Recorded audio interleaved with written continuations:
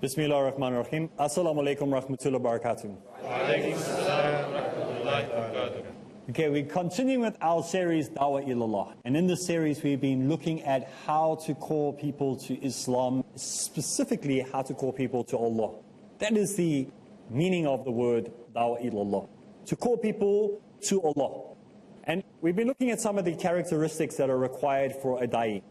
What he should have, what type of personality he should have, what type of characteristics he has. And if you've missed the previous episodes, you can go to peacetv.tv or peacetv.in on the internet, and I'm sure you'll be able to request when the other programs will be aired or where you can get the previous episodes.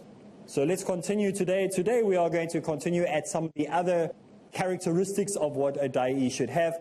And one of the important characteristics that a da'i should have as well is that he should be quite dynamic. And that he should be a person who he's very zealous in the work of dawah. So we don't want somebody who, doesn't see the urgency of dawah.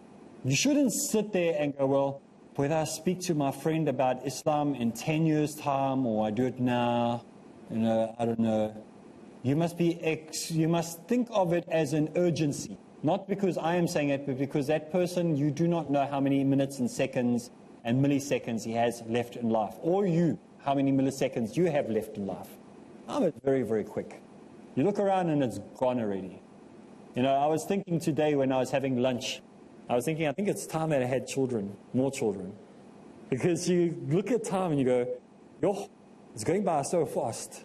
I'll be like 65 when he's 20. That's what you start calculating in your head. And you start thinking, time is shooting by fast. There's time that you, as a da'i, you have to be excited about the work that you're doing. And you need to have not addiction. Please understand this, that dawah is not addictive. I do not like that word, addicted to dawah. I'm sorry if I've offended some of those who might be watching this, but addiction implies a temporary fix. It implies that an addict gets his fix and now he's fine. Now he doesn't have to do anything. He's finished now. And he waits until he gets withdrawal symptoms again, he gets the shakes, and then he goes and does it again. And he has to have his fix. That is not dawah. Dawah is not sporadic. Dawah is not something you have to go and get into the zone for and get all psyched up and talk to yourself and go, are you ready? Are you ready? Should we go? Let's go do this. Let's do this. No, that's not dawah. Dawah is a natural overflow of what's in your heart. Whatever your heart is full of, the mouth will speak. When you want to catch somebody off guard, you just push a few buttons on them and see what comes out of their mouth. How many swear words come out, cusses or whatever the Americans use it. We say swearing, where we come from. They say words that they shouldn't be saying. You push a few buttons. Check it out every now and then. Maybe even let people push your buttons and see what comes out of your mouth. What your heart is full of, the mouth will speak. It's not just a saying, it's true. I've seen people where some people, I was shocked when I saw what came out of their mouth at certain situations. People that never expected that it did. Sometimes they let it off without even thinking it comes out. Sometimes there can be other forces involved. So it's not always that it can be from them. Sometimes shaitan is also very smart at doing things like that. But anyway, the most important thing that we're talking about here is to be zealous in the work that you're doing, to be dynamic, and to call people as soon as possible. Because it is like somebody who is standing on the edge of a cliff, and you don't want them to fall. The longer you leave it, the more dangerous it becomes. I'm a bit of an adrenaline junkie. And maybe as I got older, I've become a little bit wiser. Every bone on this side of my body, I'm not exaggerating, has been broken. So you can name the bone on this side of the body, it's been broken. So I was crazy when I was young. And now I'm starting on this side. I started to break one or two on this side only. But now it's less because I'm smarter now. Hopefully, inshallah. I remember when I used to climb or do mountain climbing or abseiling, whatever, you used to be braver or stupider, whichever you want to choose. I prefer braver, but it was probably stupider. Today, I'm much more cautious. I don't just stand on the edge as I used to do before. A million things can happen. and none of them are going to be good. So we have to use wisdom. So when we are doing dawah, we have to think of it in the same way. People are standing on the edge of a very, very dangerous cliff, and there's a million things that can happen that are not going to be good. Only one can be good, and that's if you grab hold of his clothes and pull him back. That's the only good thing. So this is dawah ilallah specifically. When we're calling people, we must have that urgency to call. We mustn't leave it till next week, next year. I want to cause any trouble here. Everything's comfortable here. The minute I start showing that I'm religious in any way, people are going to label me and they won't be as fun around me anymore. They won't invite me to their group. I won't be able to sit at that table anymore and have lunch, maybe at school, and this is how you feel. Like if I have to come out and tell everybody that I'm a practicing Muslim, they know I'm a Muslim already anyway. They see me going off on a Friday. They see me wearing a topi occasionally during Ramadan. They see me sometimes in a kurta when there's a special function on. I mean, that's surely enough. I don't have to come out now and say, like, spell it out to them, like, I'm one of those practicing Muslims. I mean, do they really need to know that? Maybe this is what's going on in your head. Yes, you do have to come out. Because if you do not stand up for truth, then truth won't stand up for you. Because on the day of judgment, Allah is going to be the one who is going to use absolute truth. And then you're going to have to give an account for why or why not. Why you did something, why you didn't do something. Why you said something, why you didn't say something. Every word we should be cautious on how it comes out of our mouths. We should be slow at speaking. So when we are talking about dawah, we must be very zealous. We must be zealous in what we are doing. We must be dynamic in our talk. We mustn't just be half-hearted. We mustn't think we're going to do it at another stage. We don't have to. Yes, you need to commit to Islam. Yes, you need to come out to your friends. You need to tell them that you're a practicing Muslim and be proud of it. Not to be embarrassed that you are a practicing Muslim. It's not something to feel bad about. There's a lot of ways that we can do dawah. But the best way is talking. Like, you can have the t-shirts, and you can have the bumper stickers, and you can have the MSA programs, and you can have the table that you set up to give out free literature. But it's rather better to speak. Yes, there's ways of doing indirect dawah, but direct dawah is better. Let's look at some of the do's and don'ts that a da'i should observe throughout his life when doing dawah. So we've more or less looked at the characteristics. Now we're looking at some of the do's and don'ts. Remember what we said? If you're spending your life doing the do's, you don't have time to do the don'ts. So this is the formula for success. You go at home, youngsters, you should have that written on your door. Make a nice, you can get a computer program, make a nice graphic, stick it on your door saying, if you spend your time doing the do's, you don't have time to do the don'ts. Very, very important to do. So some of the do's that we're going to look at, that a da'i should develop strong relations with the Quran, strong relations with Allah, strong relations with the hadith, the sunnah, must have a strong commitment to these three. Very, very important. You can't have a small commitment, because this is your source material. Allah is the one who you are calling to. The Quran and the hadith are your backup to tell you how to speak, who you're calling to, what you must say to the people. So you have to have a strong relationship to these books. In other words, you need to have read the Quran several hundreds of times. It mustn't have been only once in your lifetime. I often ask in groups, I say, how many people have read the Quran from cover to cover? And you'll get like 10% of the people putting their hand up. And I ask like half, third, a quarter. When you get to like quarter, maybe you'll get most of the people. And when most of us have lived 20, 30, 40 years, maybe you're at home, maybe you're only 16 years old. That means you can have effectively read the Quran at least 4 times already. At least, if you only did it once a year. But we should read the Quran regularly. The more you read it, the easier it is for you to find places. Though maybe you might not know exactly what chapter it is, and exactly what verse it is, but you'll know where about it is. So somebody says something, you know, okay, it's more or less here, and you'll be able to find it within like 30 seconds. You might not know it exactly chapter and verse, but you'll get an idea of what's going on. So this is very, very important that you understand the source material. So this is the first do. Be familiar with what you are reading. This is all coming from the book entitled Dawah Ilallah. And so we need to develop a certain habits, certain traits, and certain practices that are things that we do on a regular basis, habits.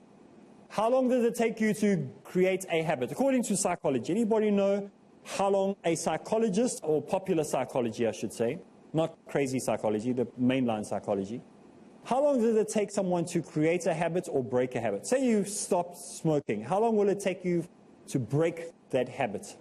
Or whatever it might be. Maybe you've got a habit of sleeping late, and now you've been waking up for Fajr and you want to create that habit. How long will it take you? Do anybody know? 21 days. There we go. How did you know that? 21 days. This was when we were asked to do a particular task, and if we did it for 21 days, then we were considered as successful. Alhamdulillah. Well done. 21 days is what they say, according to psychology, as a more or less, you'll get it right after 21 days, inshallah. So if you can stick to something for 21 days, you will, inshallah, be successful at breaking that problem or adopting that into your life. So if you're having problems getting up in time for your early morning prayers, do it for 21 days. Create yourself a nice little calendar, put day 1 to 21 on it, and every day you tear that little piece off, and it says, okay, now I'm on day 2, day 3, day 4. If you want to stop smoking, do the same thing. If you fail, you start again. You go all the way back to day 1 and you start again.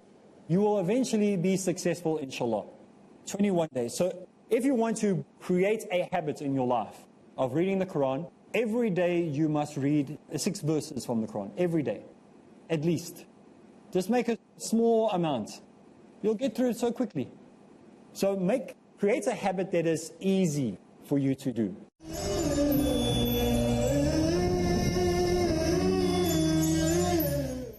Allah subhanahu wa ta'ala, He says in the Quran that He created the death and the life for the purpose of testing us.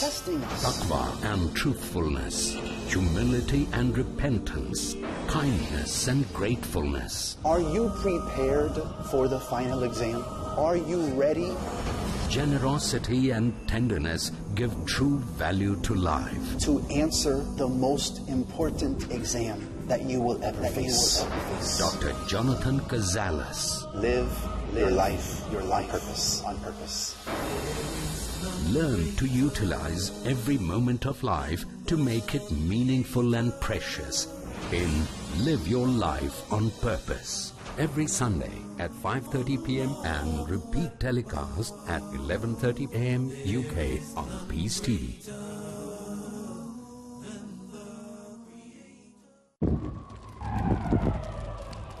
Dialogue. Discussion. Debate. Rebuttal. Conclusion. Eliminate misconceptions about religion. Get enlightened. Witness Dr. Zakir Naik in a battle of words in Crossfire every Saturday at 8:30 p.m. and repeat telecast at 12:30 p.m. UK on Peace TV. Marriage or divorce? What's Islamic ruling? Nikah. Solution or problem? Heaven or hell? There is a misconception. You choose. Beauty, wealth, family status, virtue. Decide what you want. Decide your choice. Be sad or be happy. It's your choice. Join Dr. Zakir Naik in Better Half or Bitter Half tomorrow at 6:30 p.m. and repeat telecast at 9:30 a.m. UK on Peace TV. Thursdays provide. In Britain, we are facing one big problem, that are you Muslim or British? The space to talk. In India, back home, they ask, are you a Muslim first or Indian first? And we Muslims should know how to reply, how to turn the tables over. The place to knock. Why Trinity cannot be regarded in that sense, Father, Son and Holy Spirit?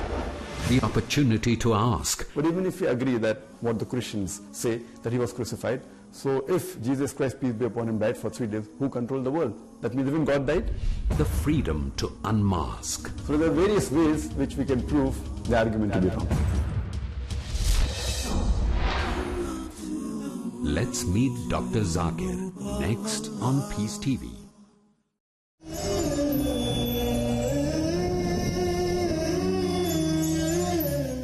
So to be a person who follows through on things, start really small, pathetically small.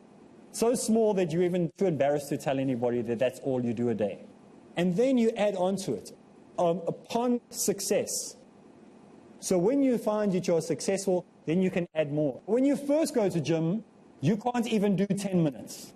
You walk out of there and you basically crawl out of there. And you feel so embarrassed. But some people, they go in there and they want to do an hour workout and you never see them ever again in the gym. Rather be a person who did the 10 minutes, crawled out of there, and then next week you look around and you're doing 15 minutes. So you're building up slowly. Don't kill yourself in ways that you'll feel embarrassed that you can't continue afterwards. Make it bite-sized chunks. Remember the little story I told you before? Those at home will remember it. Is that when you ask a child, how do you eat an elephant? He says 1 teaspoonful at a time. Not that we eat elephants, but it's an expression, it's a kid's joke. You can't eat an elephant 1 big mouthful, not possible. But you can if you eat it 1 teaspoonful at a time. So in the same way, when we want to develop these habits, these traits, these characteristics, something we have to do small doses at a time. It's not going to happen straight away. Let's take it 1 step at a time.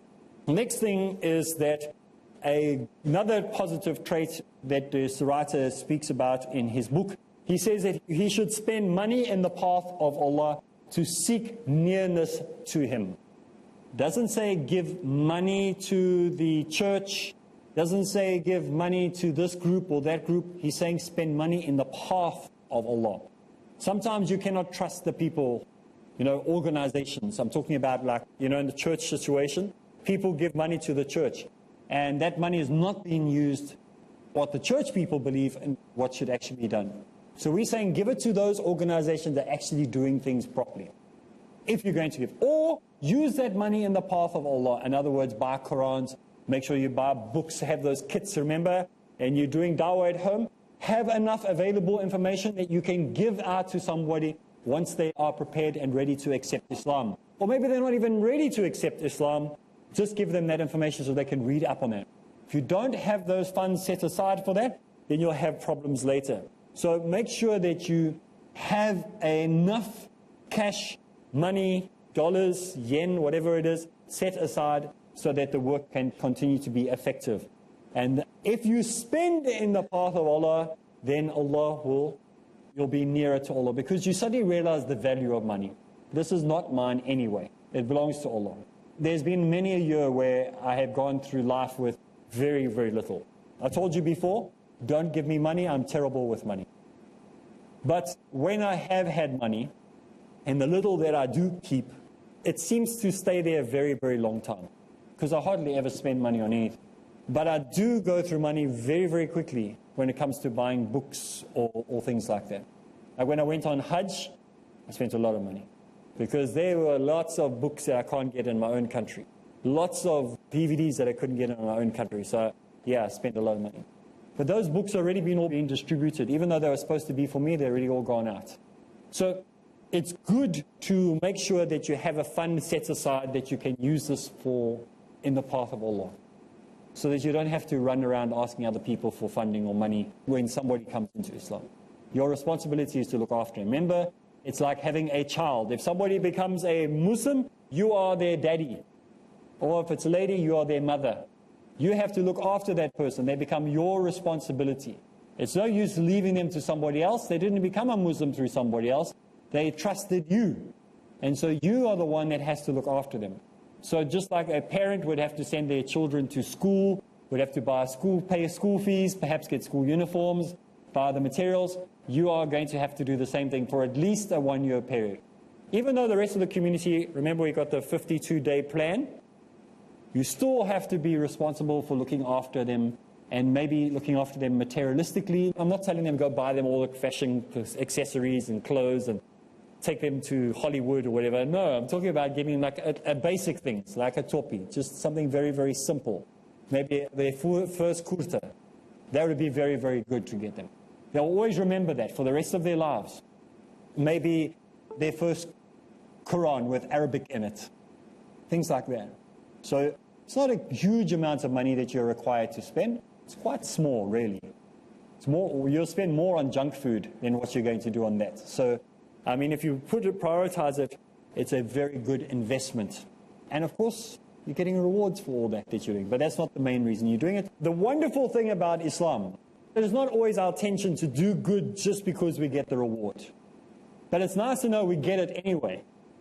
You know, so we do something good. It's not our intention. That's not we go, oh, no, let me calculate. If I do this and then I'll get the reward for that. That mustn't be the intention of the heart. The intention must be of the heart because you genuinely care. It's nice to know that you're going to get that. But it's not something that we put all, the only reason we're doing it is for the reward. We're doing it because it's the right thing to do. If the ship is sinking, to use that analogy again that we've used a couple of times, you don't say, well, you know, I could sit here in the water or I could go on the boat. You just go to the boat. Do you understand? So in Islam, we do it because it's the right thing to do. You just get on the boat. You're going to survive. If the lifeboat is there, stop overthinking things. Do it because it's the right thing to do. So we do things in Islam because it's the right thing to do. And as a byproduct, there are rewards connected to it, inshallah, if Allah wills. If our sincerity is right. Okay. The next point that the writer brings up, the third point that is a positive, that things that a da'i should do, is that he should do his utmost for a just or good cause and then leave the rest to Allah. He should do his utmost for a just or a right cause and leave the rest to Allah. In other words, that person that whatever we do, we must put our trust in Allah, the most merciful, and then we must stand on that. We mustn't overanalyze, overdo things. Sometimes we can question too much. Not that we must be dumb. Obviously, we must question certain things.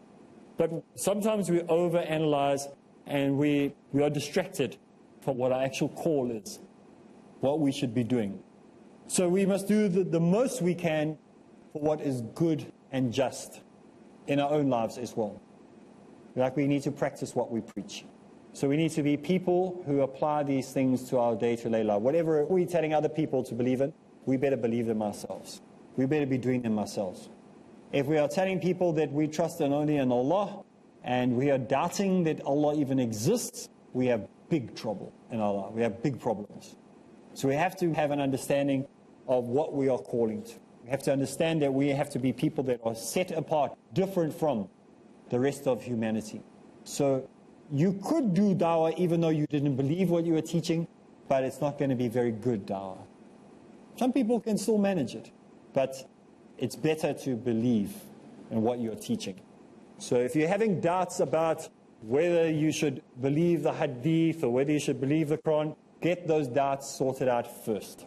Because you can actually cause more problems when people you're talking to ask you questions about this and you say, well, yeah, but you don't have to believe. That can cause more problems. So rather make sure that you have information that you 100% believe in before you start talking to people.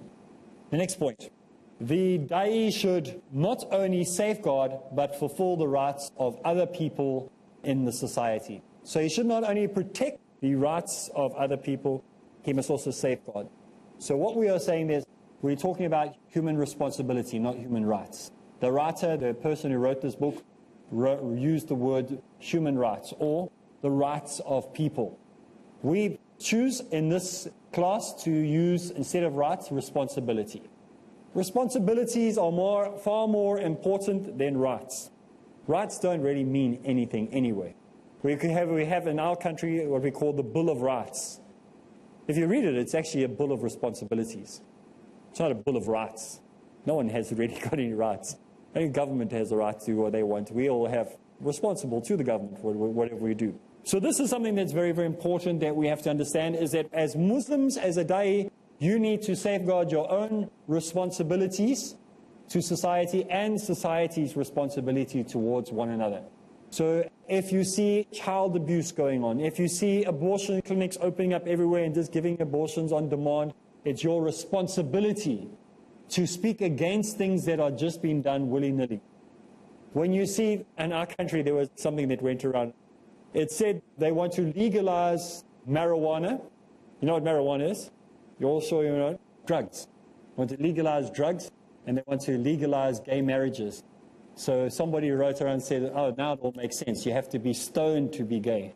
So even though it's not a very good joke, it's a very smart one that somebody actually thought of. But this is what's happening in society today. We have lost our morals, we have lost our standing because nobody's standing for truth.